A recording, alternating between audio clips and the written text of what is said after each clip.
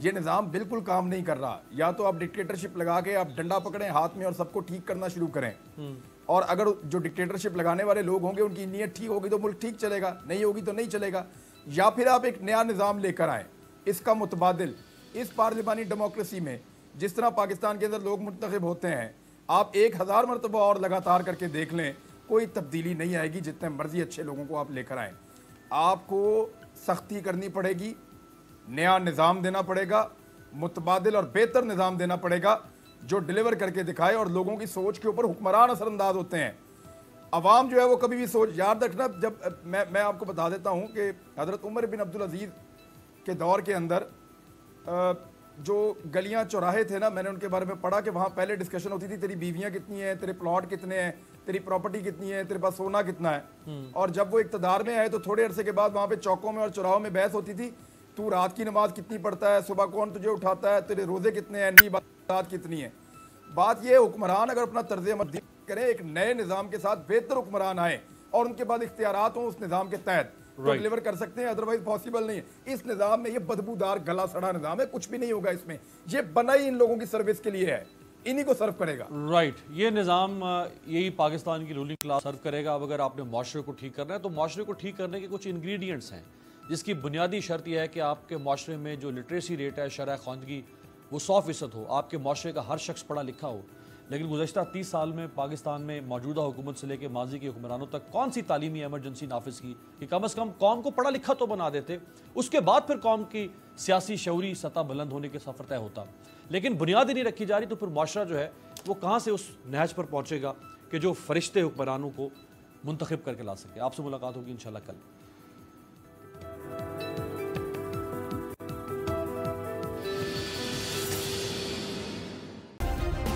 Subscribe کریں اور بیل دبائیں تاکہ کوئی خبر رہ نہ جائے.